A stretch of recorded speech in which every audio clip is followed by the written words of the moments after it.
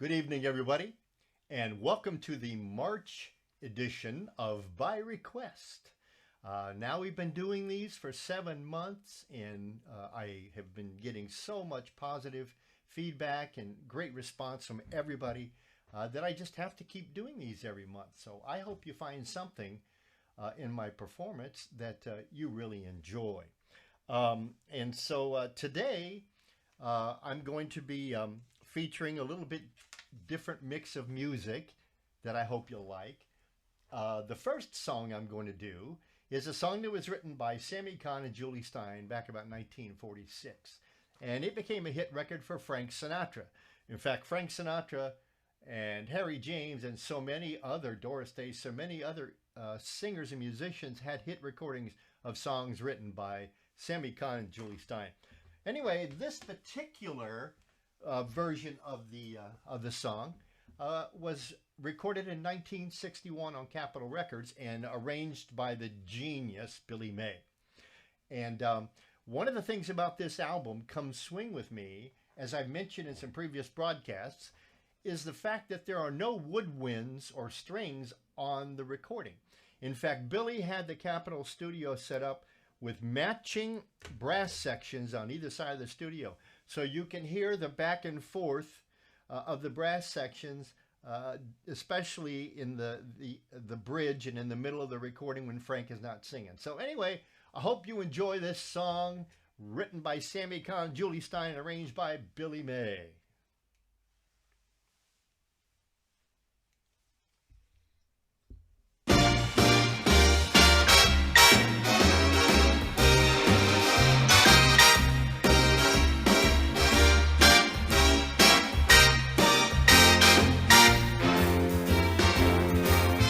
Give me 5 minutes more, only 5 minutes more. Let me stay in your arms. Here am I begging for only 5 minutes more, only 5 minutes more of your charm.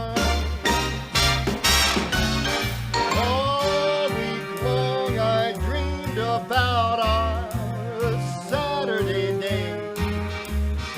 Don't you know that Sunday morning you can't sleep late? Give me 5 minutes more, only 5 minutes more. Let me stay in your arms.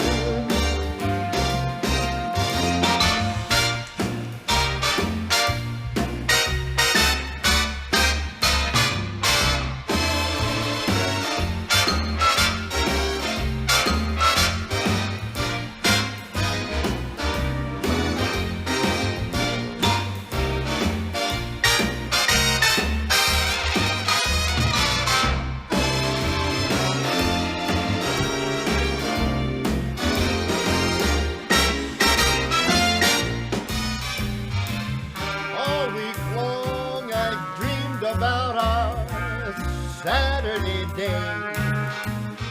Don't you know that Sunday morning you can't sleep late? Give me 5 minutes more, only 5 minutes more. Let me stay in your arms.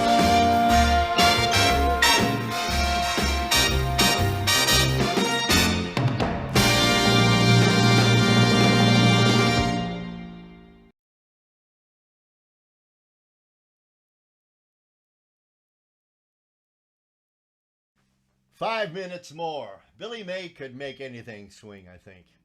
Well, first of all, I want to introduce a special guest that I have today on the program, and that is my Legends Brass Mariachi 615 trumpet mouthpiece. Now, this mouthpiece was designed by Legends Brass to meet the needs of trumpet players that played in salsa bands and in Latin music that wanted to get a little bit of an edge to their sound. Now, for those of you that don't know, edge today, I think the word that you would hear a lot to replace edge would be sizzle. Gives you a little bit of a sizzle, a sharp sound to your trumpet playing.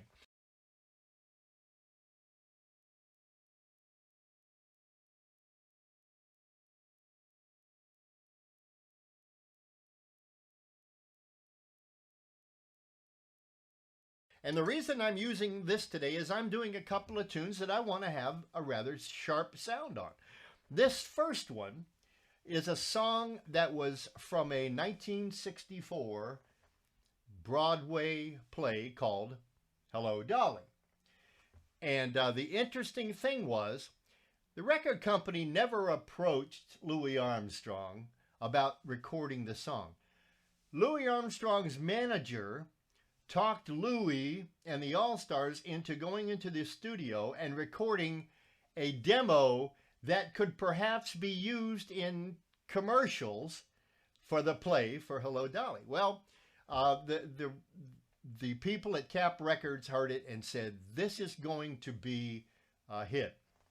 And so they didn't have Louis and the All-Stars come back in and re-record Hello, Dolly. They used the demo as the released record. And the amazing thing about it was, in 1964, the Beatles ruled the world. The Beatles had had a record already for most #1 hit singles in a row. And along comes Louis Armstrong with this record and knocked the Beatles out of first place. And I'm going to also do another song that was used the same year to knock the Beatles out once again. But let's start off by doing the Louis Armstrong arrangement of Hello, Dolly. Now, I have to warn you, I never try to sing like Louis because it takes a couple of weeks for my throat to heal. But I'm going to use the original arrangement of Hello, Dolly by Louis Armstrong.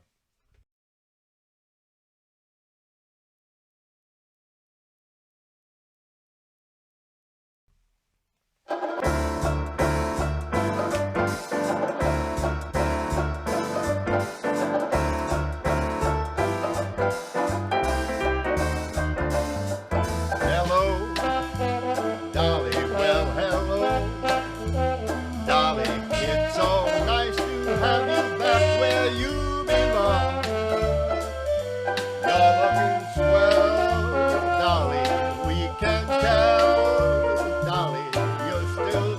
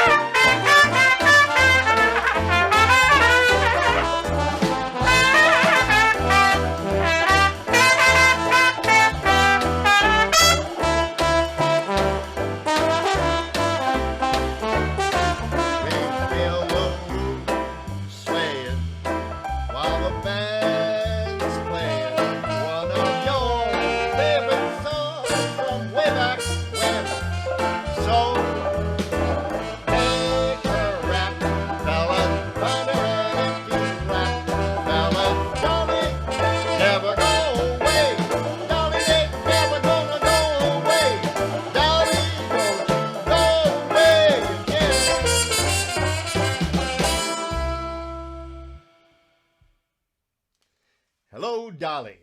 In fact, the same year, Frank Sinatra and Neil Hefti recorded a tribute to both the song Hello Dolly and to Louis Armstrong, and recorded it on one of the albums that they did with Count Basie.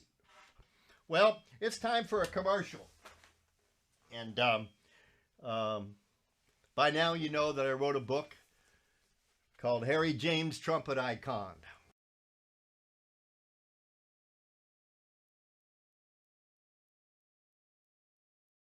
And it's available on Amazon, both in the paperback version and also in e-book Kindle version. And this is not an exhaustive biography of Harry's life. That's already been done. But this is a musical biography detailing Harry's career as a musician, where he came from, the influences that were in his life, the different episodes through the Goodman years and having his own band with Frank Sinatra, the singers all through the years, all the way up to Harry's death. And there's personal stories in here from both myself and my wife Cheryl, who sang on the band for almost 10 years. And also from 13 musicians who worked with the Harry James Orchestra. So if you want to know everything you ever wanted to know about Harry James, as far as his trumpet playing and musicianship, go to Amazon and look up Harry James Trumpet Icon and get yourself a copy. I think you'll really enjoy it. Well, I'm going to do something a little bit different today. And I'm going to do a couple of songs that were first associated with Herb Alpert and the Tijuana Brass.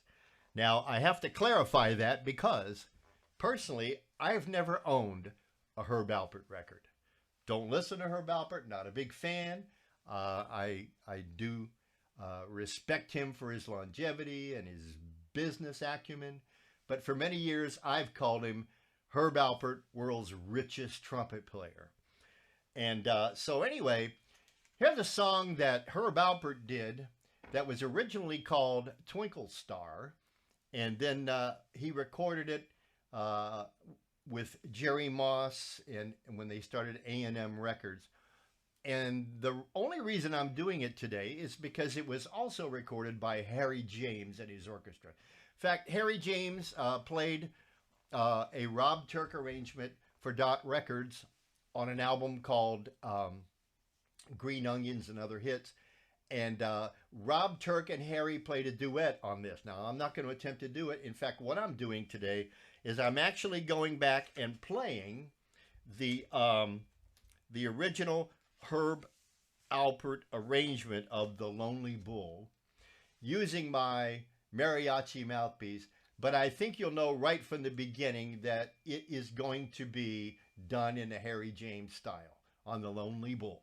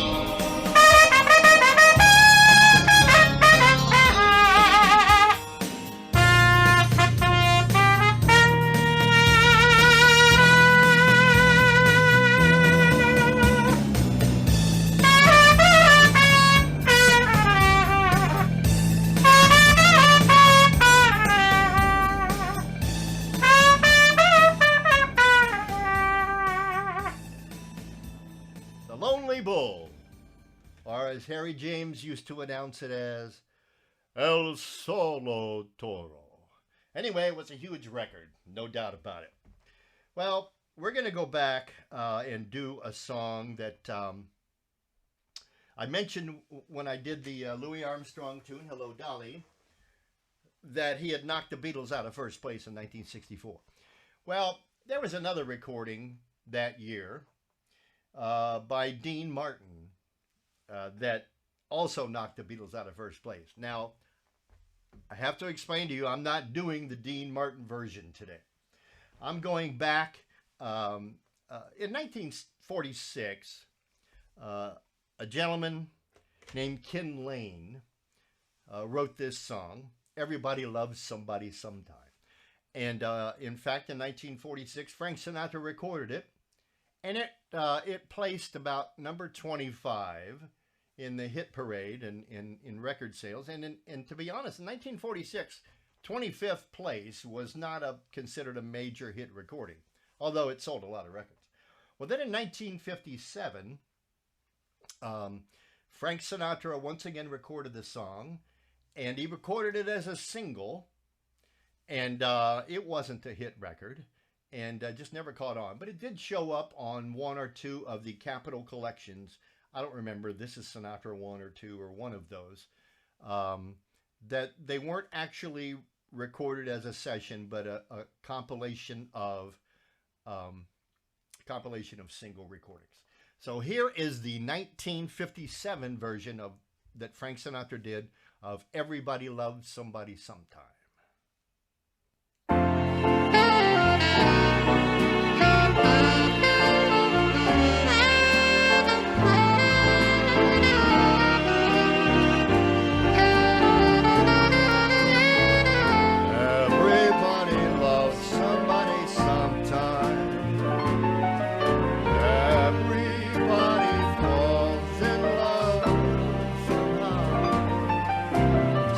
Something in your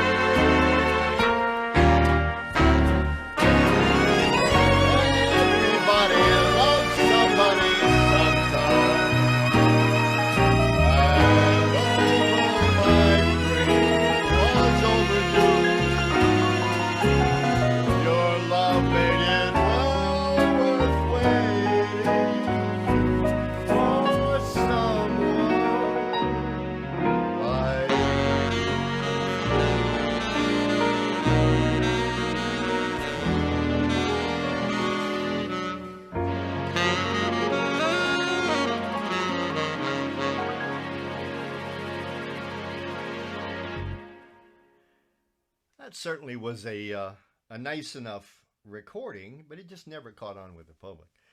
Of course, when I think of that song, I can't help but think of Dean Martin. You know, it wasn't long before Dean started changing the lyrics in his songs and live performances like he usually did. And he had one line in that song that he changed to go something like, "If I had you in my shower," or something like that, which in those days you could get away with that. Anyway, well, I mentioned Herb Alpert, and going to do another song that was made famous by Herb Alpert. And in fact, I think it was made famous by Herb mainly as a singer, about 1969. But I want to show you right here, there was a connection between Herb Alpert and Harry James.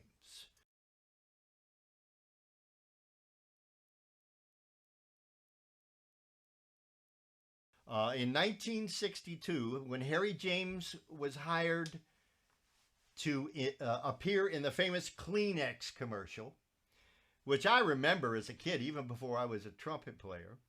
And so when they recorded that, of course, Harry recorded the music for the commercial with a studio orchestra. But in the commercial, he appeared to be on stage in a Vegas nightclub with a girl singer that sang, I don't know who she was, sang her part. And they had 4 trumpet players standing behind Harry pretending to be playing on the recording. Well, of course they weren't. But one of the trumpet players that was hired for the Kleenex commercial was Herb Alpert, as you can see in this fuzzy photograph. And Herb was not hired for his trumpet playing skills. He was hired because he looked good holding a trumpet. So anyway, this song was, I think, Burt Bacharach wrote it, and Herb Alpert, of all people, had a huge record of it. And I'm going to switch mouthpieces. I'm going to go with my Harry James custom model Legends Brass mouthpiece. And let me just say this. You know, during this pandemic, and haven't been doing much work, I've been so grateful to folks that have been supporting me through these videos. I have a link to an email address where you could send a request, and I'll try to play it for you if I can. And also there is a link to my tip jar, to my PayPal tip jar, where if you feel like you want to support what I'm doing here financially, I would appreciate it. I've had several people that have been doing that, especially my friend Daniel Scuiry. Dan is there every month supporting financially and cheering me on, telling me how much he enjoys the videos, and also making requests. And I try to play, so far, I've been able to fulfill every request but one. And Daniel, you know which one that was. It was the one you gave me this week. But anyway, you know, I started playing, this August will be 53 years. And I determined right from the beginning, I took my dad's advice. My dad told me, you know, there's a lot of guys out there that hit all kind of high notes and they can play real fast and all of that kind of stuff. But if you can ever get a sound like Harry James, and what he meant was a full tone, a nice sound that was, you know, just presented itself well, especially in ballads. He told me, if you could ever sound like that guy, Harry James, you'll always get work. And here, almost 53 years later, I'm still playing Harry James tunes. But I'm not going to waste my time trying to see how high I can play, because it's pointless. You know, nobody's ever hired me to hit high notes. So I try to play pretty stuff and to play nice jazz. And this particular song, I wanted to use my Harry James mouthpiece on it to get a little better, fuller sound, because Harry James recorded this. And so I'm going to do a little Harry James style trumpet on a Herb Alpert hit recording.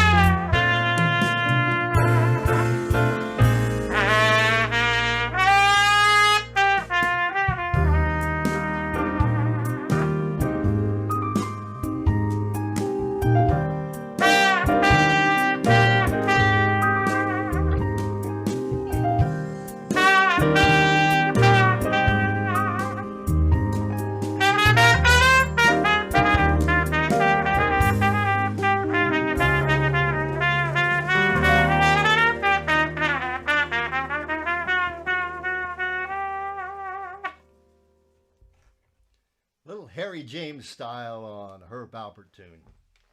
It's really a pretty song. Anyway, I almost titled the video today a tribute to two Franks, Satchmo, Harry, and Herb. And the reason for that is this next song. Let me get my magic potion here.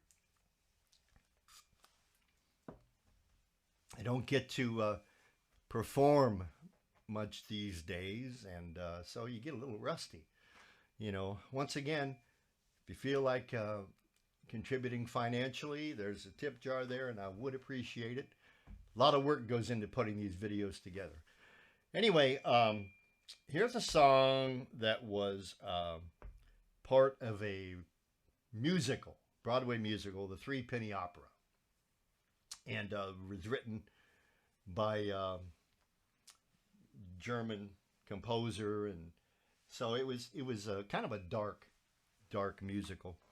Anyway, it was recorded by Louis Armstrong, who had some notoriety and some success with it, and then also it was recorded by Bobby Darin, and the Bobby Darin recording has been held up as the definitive version of Mac the Knife. Ella Fitzgerald did an amazing rendition on an album called Ella in Berlin in 1958.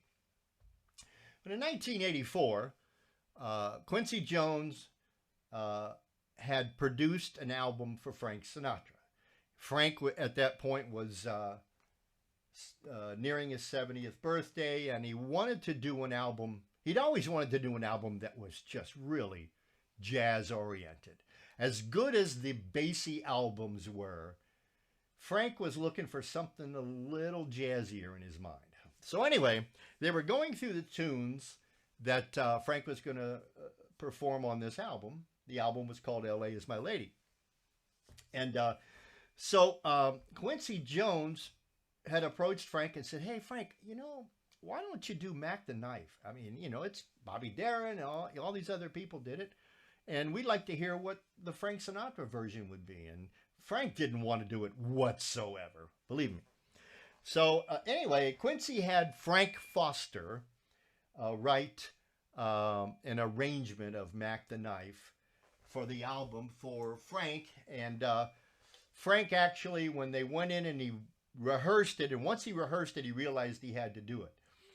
And now Frank Foster, aside from being one of the foundational linchpins in the what we call the New Testament Basie Band as a tenor sax player, he was also a great composer and arranger. He's most famous for doing this tune. It's not a song really. I mean, lyrics were added later.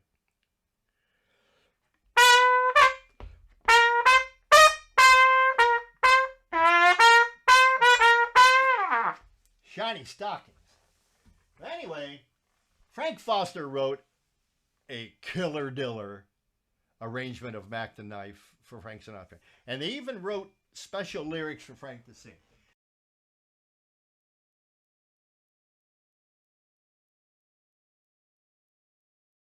Anyway, so here is the, you can listen to this and you hear quotes from Flying Home, the old Lionel Hampton version of Flying Home. And it's just a killer arrangement. And so this is the Frank Sinatra, Frank Foster version of Mac the Knife.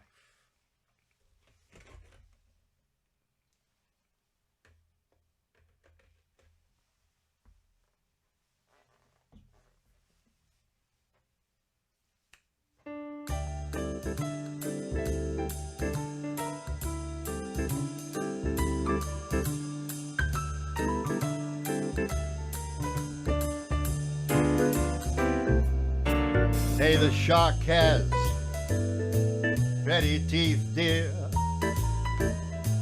and he shows them pearly white. Just jackknife as old Mac Heath did, and he keeps it way out of sight. When the shark bites with its teeth, dear, scarlet billows, they begin to spread. Fancy white gloves, though, as old that he did. So there's never, ever one trace of red on a sidewalk one Sunday morning. Lies a body oozing life. Someone is sneaking around the corner. Could that someone perhaps perchance be Mac the Knife from a tugboat down by the river going slow? A cement bank, it is dropping down. Now the cement, it is there for the weight, dear. You can make a large bet that bum is back in town. My man Louis Miller, he split the seam day after drawing out all the bread from his stash. And now that he spends just like a pimp may. Do you suppose that our boy, he did something rash? Old Satchmo, Louis Armstrong, Bobby Darin, they did this song nice. Lady Ella too. They all sang it with so much feeling that I know that I ain't gonna add nothing new. But with this big band rocking behind me, swinging hard jack, I know I can't lose. When I tell you all about Mac the Knife, babe, it's an offer you can never refuse. We got George Vincent, Newman Foster, yeah, we got the Brecker brothers, with him bringing up the rear. All the bed cats, more, that are in the band now, they make the greatest sound you're ever gonna hear. Dolly Beecham, Cookie Tawdry, Jenny Diver, and old Lucy Brown. Yes, the loud boys on the right there. Now that Jackie, I tell you that Tom is back. Let me tell you what I think you should do. You better lock the door and call the law, because Mackie, that bum, he's back in town.